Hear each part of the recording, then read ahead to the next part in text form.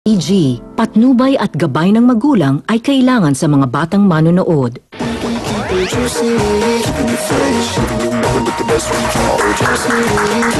Isang mapagpalayang Lunes ng gabi po sa inyong lahat mga kapatid.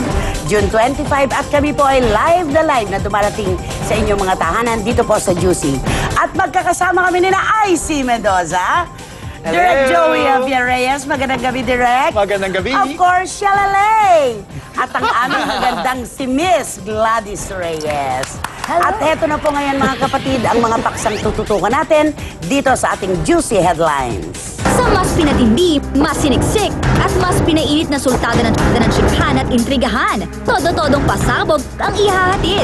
Tutok na at huwag pahuhuli. Big movie break ng kapatid na Jose at Wally. Sinisimula na. Rian Ramos at Angelicopter. Nagbabangayan sa Twitter. Programa na magkakapatid na Tulfo na T3. Sagot kita kapatid. Muling ibinalik. Pag-corona sa pinakabagong Miss World Philippines. Tinutukan ng mga kapatid. Nangungunang celebrities na may pinakamaraming Twitter followers. Malalaman na. At Isabel Oli, nagluluksa sa pagpanaw ng ama. Siyempre, no? Para talaga mas maganda ang pagbungad ng ating palatuntunan, dapat maganda rin ang una nating balita. At alam niyo ba kung ano ito? Ano? Ang ating kapatid, mga kapatid na sina Jose at Wally, nagsimula na ang kanilang launching movie. Nag-shoot. Ay, maligaya tayo para sa kanilang Okay, dalawa. ang mga detalye, panoorin niyo to.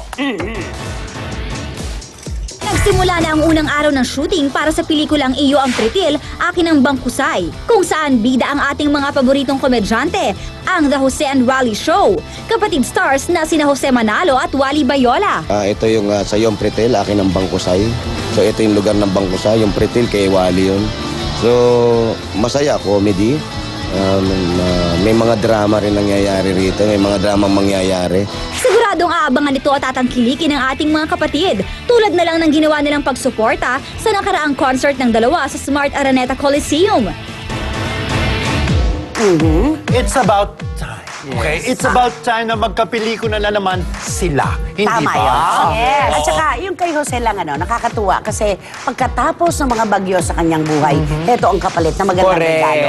Laging may good karma. Oo. Diba? At saka, And pangalawang movie na nila ito, ang first launching nila is yung Caregivers. Pero I think mas bobongga ito kasi na-prove na nila yung kanilang hatak sa box office at sa mga tao. at sa Smart After nung Araneta concert nila sa Smart Coliseum. Araneta at Coliseum. saka mas hinog na hinog na. You know, Yes. undoubtedly, no, si Jose and Wally are two of the best new comedians around. Totoo yan. Baon na direct! Ito ang baon ko. Ito ay clarification lamang sa mga taong nagtatanong kung bakit hindi maibigay-bigay kay Mang Pidol ang inaasam na national artist na parangal. Award. No? Tinanong ko ito sa ilang mga mas nakakaalam at ang sinasabi nila, totoo naman daw na talagang may TRO ang Supreme Court na ipinagbabawal muna ang seleksyon ng sino ang mga national artist hanggang sa marisolba yung issue ukol kay Guidote at kay Carlo Caparas. Yes. So, kahit anumang pagpupumilit ang gawin natin, the very fact na ang Supreme Court ang nagbigay ng TRO na ito ay talaga mahirapan. Walang talaga. makagagalaw. Walang makakagalaw. Pero alam naman sa puso ko, para sa puso ko at sa puso ng napakarami, ang tunay na pagpaparangal at ang tunay na award na maibibigay natin sa isang dakilang taong katulad ni Gidolfi ay ang pagmamahal natin at ang recognition natin sa kanya na siya ay isang tunay na kayamanan ng kulturang National Pilipino. treasure. Very well said. Very well said. True, Direct true, Joey. true. Basta tayo wish natin ay kumaling na si Tito Dolphy. Correct. At ito naman ang mga pinagpipistahan chika sa pahayagan. Naku, raratsada na sa ating Express Chika.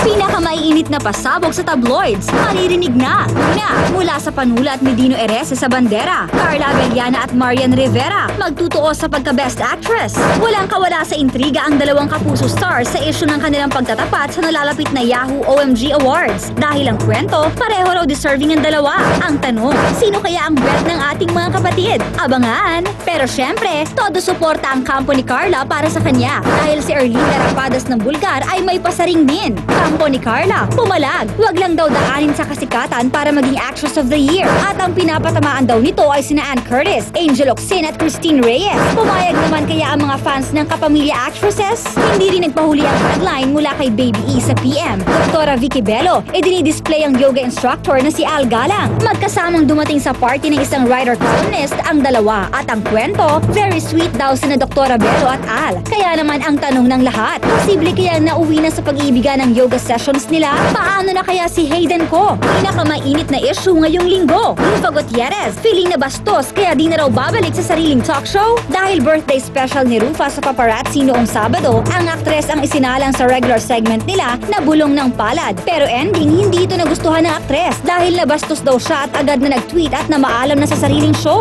Agad-agad din namang sinuportahan ng kanyang ina at tinira ang staff ng nasabing show. Hanggang saan kaya aabot ang isyong ito ni Rufa laban sa kanyang sariling programa? Okay, alam po namin mga kapatid na hindi kayo papayag na matapos ang gabing ito ng Juicy nang hindi natin natututukan at na-opinionan yung tungkol sa pangyayari sa paparazzi noong nakaraang Sabado.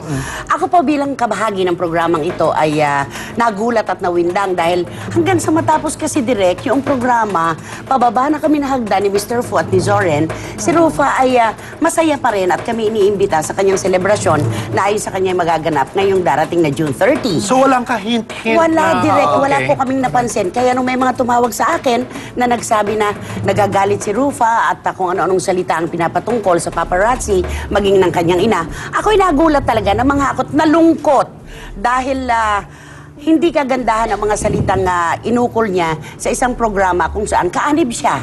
Diba? Yung mga trashy... Yes, trashy reporting. Yes. Yung mga ganon. So nakakalungkot lang na sarili mong programa, di ba? Mga kasama mo sa programa ay masyadong namaliit yung kapasidad. Opo. And ano naman po sa nafe-feel ko po na yung masakit po na na-feel po yun ni Ate Rufa na nabastos nga daw po siya. Pero syempre, meron naman laging professional way para i-address ang yung mga issue. Hindi naman via Twitter. Like, kunwari mag-resign ka sa trabaho mo and ando naman yung big bosses na pwede man sila i-consult about it. At saka sana doon pa lang after the show, nag-usap-usap ko. Hindi ko nagustuhan yun. Bakit kailangan ganunin nyo ako? Nabastos ako and everything. Meron akong sagot yan. Tayo'y laging marespeto sa emosyon ng ating kapwa. May iba-iba tayong interpretasyon tungkol sa iba't ibang bagay. Pero yung sinabi mo na ipinagpaalam sa kanya yon. Pinrief siya doon ng staff. At anumang pong bagay na sinabi sa atin at binigyan natin ng basbas na ituloy, wala pong kabastusan doon. Christy, question na, I mean, this is not the first time naman na ginawa itong bulong ng... Direct 3 beses na po, si Bibi Gandang-Hari, si Iwamoto, at saka si Arnel Ignacio. At sa 3 beses po na pumailan lang sa impapawid dito, ay wala pong nagreklamo na sila ay nabastos. So, Nay, marami na nagtatanong, no, ito po ba'y parang medyo delayed reaction? Kasi kung sabi niyo po, okay pa nga siya, di ba, nung after the show, bakit mga medyo tumagal pa ng konti bago siya nag-shoutout kumbaga sa kanyang Twitter? Yung pagdating sa akin ng balita, parang sa akin ay may katagalan. Kasi nung bumaba nga kami, maayos naman, di ba? At tama si Shalala, po pwede namang pagkatapos na naandun naman ang mga bossing, nandoon ang Pala staff. naayos na, Nay. Sana ay kinausap niya or dun sa loob ng isang kwarto, siya ay nagreklamo. Ang argumento sana nasa 4 na sulok na lamang ng isang kwarto at hindi ibinuyang-yang sa Twitter. No, in the spirit of fairness naman and the spirit of objectivity, okay, si Rufa is entitled to her opinion, okay, si Rufa is entitled to her reaction kung ano man, whether... Marespeto tayo whether galing sa kanya o may nagsulsul sa kanya, kung bakit na ganun ang reaksyon niya after a bit, no? Pero tama yung sinabi mo, IC, no? Tama at yung diskusyon dito. There is a professional way of handling this. Sana ang panalangin ko na lamang is magkaayusan within the confines ng dapat magkaayusan. Guys, internally at dapat Twitter. Because this is hindi maganda na yung mga magkakatrabaho ay nagkakasakitan. Tama yan, direct. Hindi maganda yan. Itatry ko kaya bulungan nito. Eto si Karen kaya. Alam mo, nakakaloka! Ay, bubulaga kita. Ayoko! Ayoko! Ayaw niya! Ang moral lesson dyan is hindi sagot sa bulong ang shout-out. Siyempre,